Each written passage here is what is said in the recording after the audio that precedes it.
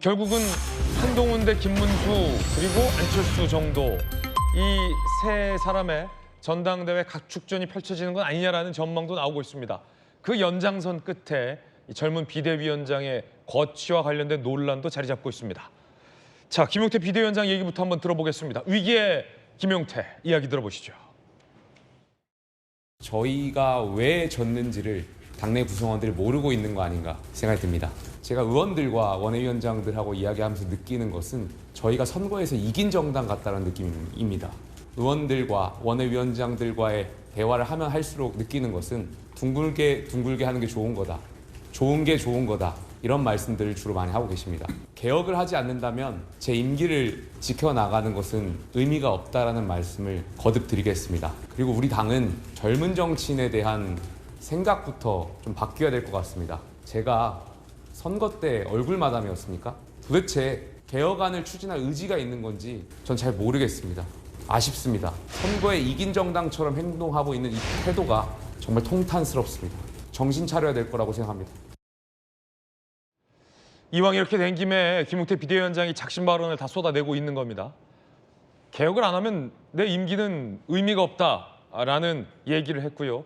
김용태 비대위원장이 밝혔던 여러 가지 이제 개혁안이 당 내에서 받아들여지지 않는 분위기가 나오고 급기야 이제 본인의 거취마저 논란의 대상이 되자 김용태 비대위원장이 쓴소리를 한 겁니다.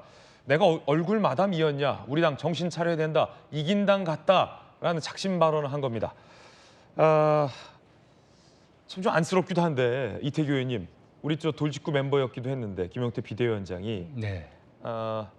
스스로 밝혔듯 얼굴 마담이었던 것 같아요. 김용태 비대위원장을 당이 대하는 태도를 보면 어떻게 보십니까?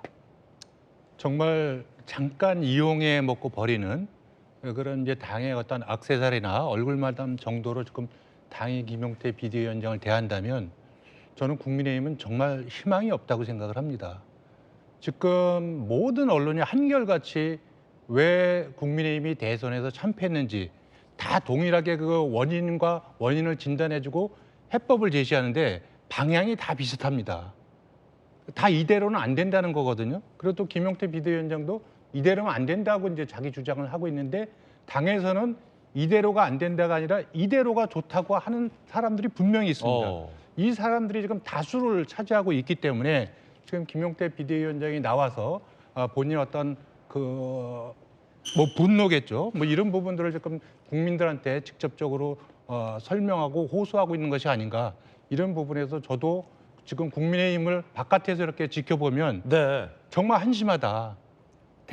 지난 총선에서 참패했고 이번에 대선에서 또 참패했습니다. 그럼 여야를 막론하고 정당이 선거에서 국민의 신뢰를 잃게 되면 그 원인이 무엇인지 그걸 진단하고 반성과 성찰 속에서 새로운 변화와 혁신으로 새로운 해법, 새로운 길을 찾아가야 되는데 국민의힘은 지금 그걸 안 하고 있거든요.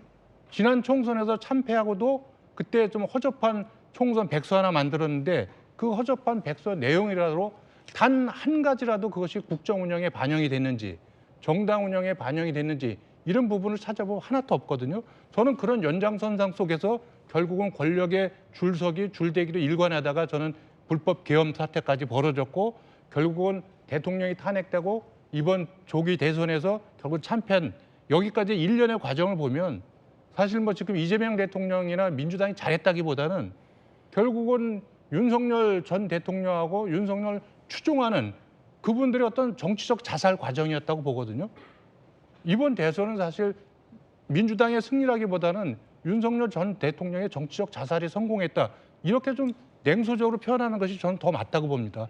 그런 측면에서 지금 그거를 이제 고쳐보자고 반성과 성찰 속에서 고쳐보자고 지금 비대위원장이 이야기를 하면 그걸 도와줄 생각을 해야지 그걸 끌어내려고 그걸 막으려고 한다면 저는 이거는 국민이 봤을 적에 정말 국민의힘은 정말 구제불능일 수 있겠다. 저는 이런 정말 이제 외면해버리면 더 이상 가망이 없거든요. 전 이번이 국민의힘이 살아남을 때는 마지막 기회인데 여기에 대해서 저는 그 김용태 비대위원장이 가고자 하는 어떤 그 해법, 개혁 방향 이 부분에서 당원들이 힘을 실어줘야 된다. 지지자들도 힘을 실어줘야 된다. 저는 개인적으로 그렇게 생각합니다. 네, 이태규 의원의 돌직구였습니다. 오랫동안 또 당의 핵심을 또 지키셨기 때문에 당에 대한 어떤 애정의 쓴소리를 강한 돌직구 의견을 담아서 말했군요. 김용태 비대위원장에게 당내에서 이런 비난의 목소리도 있다고 합니다. 들어보시죠. 제가 개혁안을 말씀을 드렸는데 우리 당의 많은 의원들이 저에게 묻는 것이 배후가 누구냐라는 말입니다. 한동훈 전 대표하고 상의했냐? 김문수 후보의 의중이냐? 심지어는 더 나아가서 어떤 의원은 저한테 이준석 개혁신당의 후보의 지령을 받는 거 아니냐? 이런 말도 안 되는 말들을 하고 있습니다. 비대위원장의 개혁안을 가지고 어떠한 정치적 의도가 있는 것인지 해석만 한다면 전 그렇게 해석하는 의원들이 계신다면 당의 미래는 없다라고 생각합니다. 너 뒤에 누구 있어? 한동훈이야? 김문수야? 이준석이야? 라고 묻는 의견이 많다라는 건데, 자, 박수현 의원님, 예. 뭐 어떻게 보십니까? 지금 우리 이태규 전 의원님 말씀을 들으면서 느끼는 게 이런 게 느껴져요. 아, 역시 제가 오늘 이태규 의원님하고 토론을 거의 처음 해보는데 역시 명불허전이다 이런 말씀 생각이 드는데, 그러면서 이태규 의원님 말씀이 저희 당을 향해서 하시는 말씀은 아닐까 이렇게 또 방향이 들리기도 해요. 왜 그러냐면 제가 강조하지만 이번 대선에서 이재명 대통령과 민주당이 승리한 것이 아니라 국민의 선택을 받은 것뿐이다라고 제가 늘 그렇게 강조하지 않습니까? 입장은 같은 건데요. 국민의힘 입장을 보면 안타깝습니다. 그런데 선거 이렇게 큰 선거에서 크게 진 이 정당의 모습은 어떻게 보면 자연스러울 거예요. 국민들도 시간을 드리고 지금 지켜보시는 중일 겁니다. 그러나 결과적으로 들성 부른 나무는 떡잎부터 알아본다는 말도 있지만 국민의힘이 반성하고 쇄신해서 다시 아주 건전한 보수 야당으로 설 수 있는가라고 하는 그 바람을 국민은 가지고 계실 텐데 지금 이런 모습을 보면 그런 어떤 떡잎이 안 보인다는 데 더 큰 문제가 있는 것이죠. 이 출발은 반성부터 시작해야 되는데 반성이 잘 안 보인다는 데 문제가 있는 것 같아요. 그러면서 예를 들어 비상계엄에 관한 건 잘못이라고 인정하지만 탄핵에 대한 찬반이 정확하게 아직도 정리가 안 된 듯한 이런 분위기, 이런 분위기 속에서 뭘 쇄신하고 뭘 앞으로 가겠습니까? 그렇게 무거운 족쇄를 발에 달고 갈 수가 없지 않아요.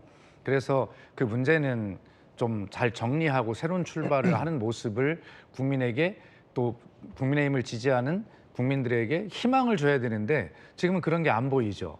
그래서 제가 감히 말씀드리기가 좀 뭐한 이야기지만 어쨌든 새로운 출발은 철저한 반성에서부터 시작하는 것이고 그것을 인정할 줄 알아야 진심이 느껴져 앞으로 갈 수 있는 것인데 지금 현재는 그런 것이 안 보이면서 또 하나는 김용태 비대위원장에게 저렇게 뒤에 누구 있어라고 하듯이 모든 것을 정치 공학적으로 또 당권을 향한 이런 어떤 이전 투구 형식으로 보이는 듯한 이런 상황 속에서 희망이라고는 발견할 수 없는 그런 모습이 지지자들과 국민들에게 지금 현재로서는 앞길이 안 보이는 그런 모습만 보여주고 있는 것 같아서 안타깝고 저희 이재명 대통령이나 민주당 입장에서도 시간을 드리고 기다릴 텐데 언제까지 기다릴 수는 없지 않습니까? 국정을 빨리 운영해야 되는데 그런 측면에서 좀 지혜롭게 빨리 반성하시고 앞으로 나아가는 그런 모습을 보여서 건전한 제1야당으로 좀 굳게 서서 5년 후에 다시 이 정권을 놓고 민주당과 정말 선의의 경쟁을 하는 그러한 정당으로 빨리 나아야 될 거다 이런 생각을 합니다. 예.